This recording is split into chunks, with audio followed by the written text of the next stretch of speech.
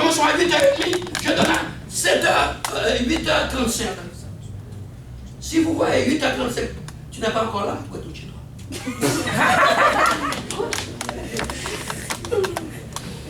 Si je suis capable d'être là, à 8h30, tu es capable d'être là aussi.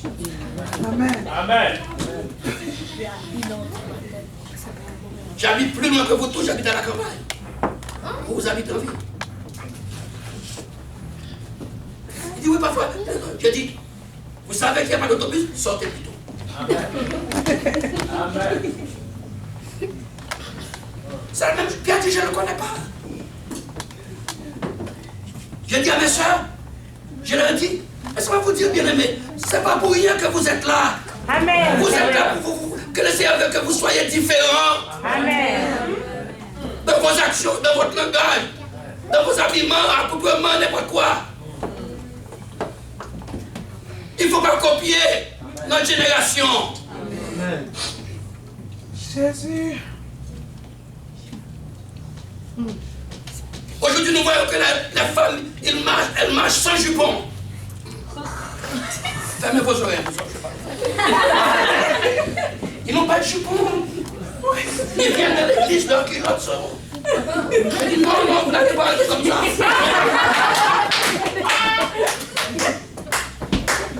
Je dis, quand vous regardez, vous tournez dans le miroir, vous mirez. Si vous voyez la marque de la culotte, faites le deuxième jupon.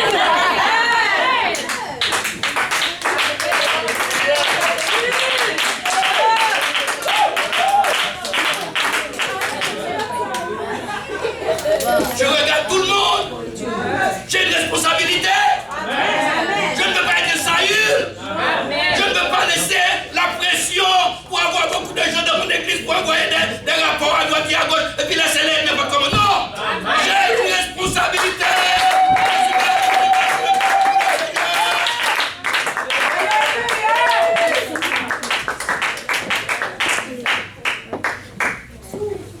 Avant de bien aimer, continuez. Je viens de nous voir récemment, je ne connais pas cet homme.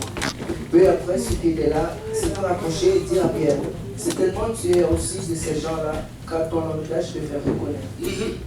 Alors il se mit à faire des informations et à jurer. Je ne connais pas cet homme. Aussitôt le coq chanta. Et Pierre se souvint de la parole que Jésus avait dit. Avant que le chante, tu me renieras 3 fois. Et étant sorti, il pleura amèrement. Est-ce que Pierre avait besoin de cela? Non. La pression. La pression. La pression. Si le Seigneur m'a appelé, il veut que je sois un mari expérimenté. Il me donne la force de traverser la pression. Je ne veux pas que l'assemblée apostolique ressemble à la religion. Si je viens ici, tu ne vas pas prêcher, fine.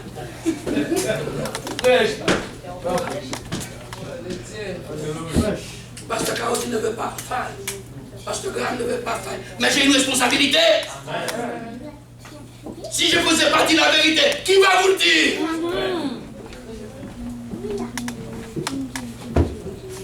Moi, je ne prêche pas pour l'offrande. Si je prêche, on me donne 2 ou 300 $, qu'est-ce que ça va faire pour moi? Hier, il a dépensé près de 60 $ dans un restaurant. Mais si je ne vous ai pas dit la vérité, si je ne vous ai pas enseigné comment diriger votre vie, comment je peux vous aider à être spirituel, un jour, devant le trône de Dieu, il va me pointer du doigt.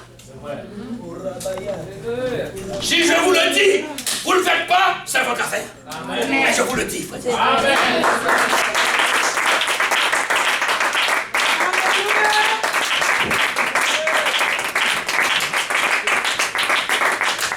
Ça vous met que le Seigneur se tourne dans Matthieu, chapitre 17, verset. Je vais arrêter. Hein? Dis-moi. Je dois arrêter au petit. Je veux pas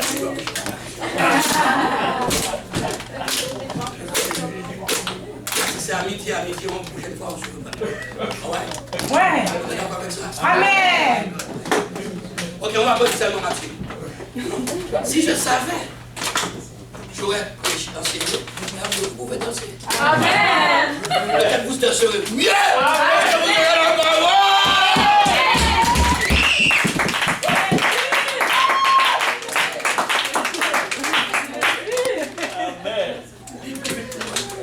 Il est écrit. Matthieu 17, 20. C'est à cause de votre incrédulité, leur dit Jésus. Je vous l'ai dit en vérité. Si vous avez de la foi comme un grain de Un sénévé, grain de sénévé. vous diriez à cette montagne, transporte-toi jusque là, et elle se transporterait. Rien ne vous serait impossible. Mais ces sortes de démons ne sont que par la prière et par le jeûne. Pendant qu'ils parcouraient la Galilée, Jésus leur dit, le Fils de l'homme doit être livré entre les mains des hommes. Campez là.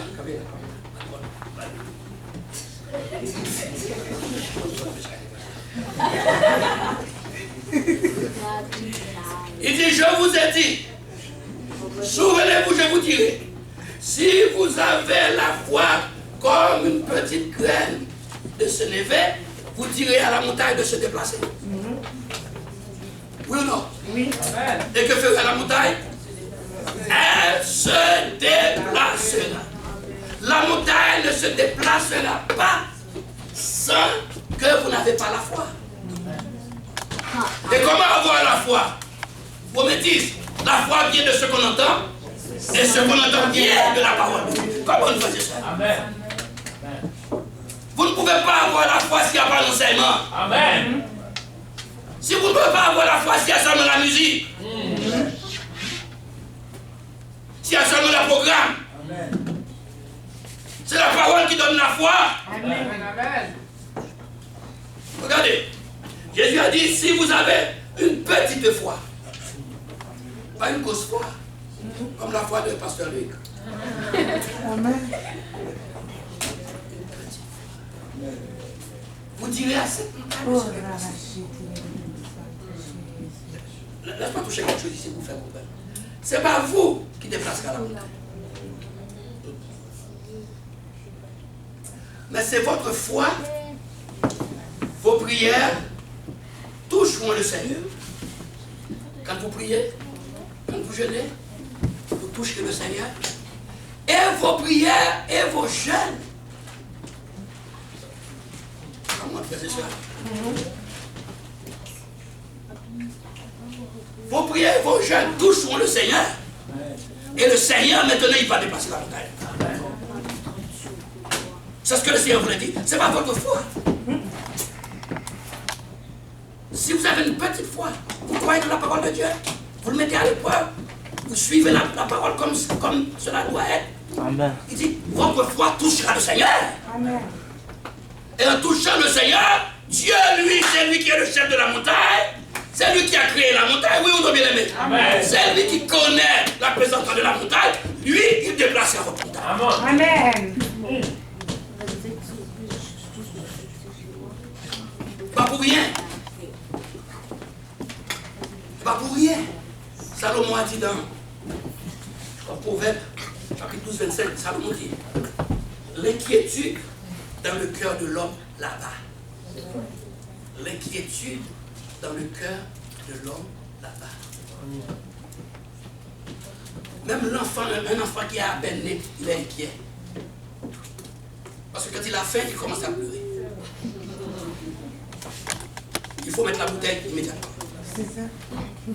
Quand on est petit, on est inquiet. À l'école, on est inquiet. Quand on commence à être jeune adulte, on est inquiet. On est marié, encore l'inquiétude. On a des enfants, encore l'inquiétude. C'est pourquoi nous avons besoin de la présence de Dieu. Levons-nous, bien. Levons-nous. Alléluia. Ok, on va dire un dernier verset. Juste un dernier verset. On va commenter juste un dernier. Matthieu 6, 27. Juste un dernier. Comme ça. Matthieu 6. Il dit, qui de vous, par vos inquiétudes, peut ajouter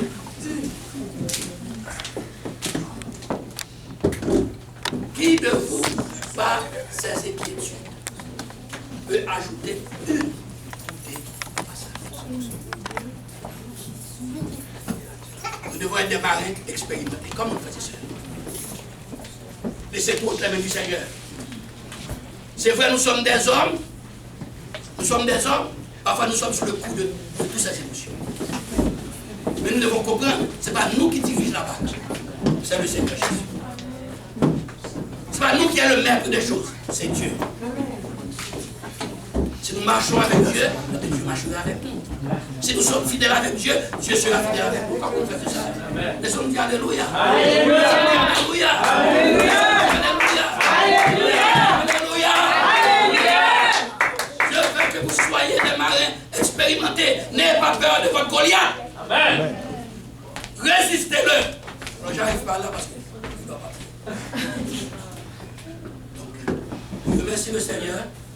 J'ai pris 5 minutes sur ce qu'il m'avait donné à 4.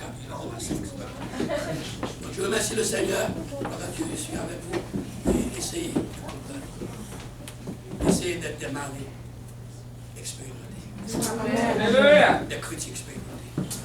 Ne laissez pas que le stress, les pressions. Parfois, vous voyez, la personne commence bien dans l'assemblée, commence bien, et puis les pressions lui obligent à régresser. Amen. Quand il y a des pressions, laissez votre tête du Seigneur. Alléluia.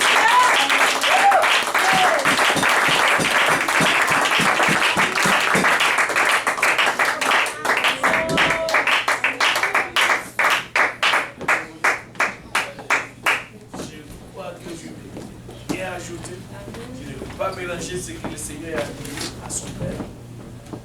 Vous voyez, s'il manque quelques-uns parmi nous aujourd'hui, c'est à cause de la pression. Maintenant, vous qui êtes là aujourd'hui, ne laissez pas la pression déranger votre vie. Maintenant, sans le plus tarder aussi, comme nous n'avons pas beaucoup d'heures, vous pouvez venir en avant. Si vous avez une pression dans votre vie, déposez une pression ici. Laissez cette pression là. Ne rentrez pas chez vous, parce que ça va faire encore plus de dégâts dans votre vie. Alléluia. Viens et dépose cette pression ici. Alléluia. Peuple de Dieu, alléluia. Il est temps vraiment où vous savez qui vous êtes. Alléluia. Vous devez savoir qui vous êtes. Ne laissez pas la pression dérange votre vie. Ne laissez pas la pression enlève votre foi. Et la Bible demande, alléluia, juste un peu de foi. Alléluia, vous pouvez faire beaucoup de choses. Aujourd'hui, alléluia, je sais qu'il y en a plus tellement de pression.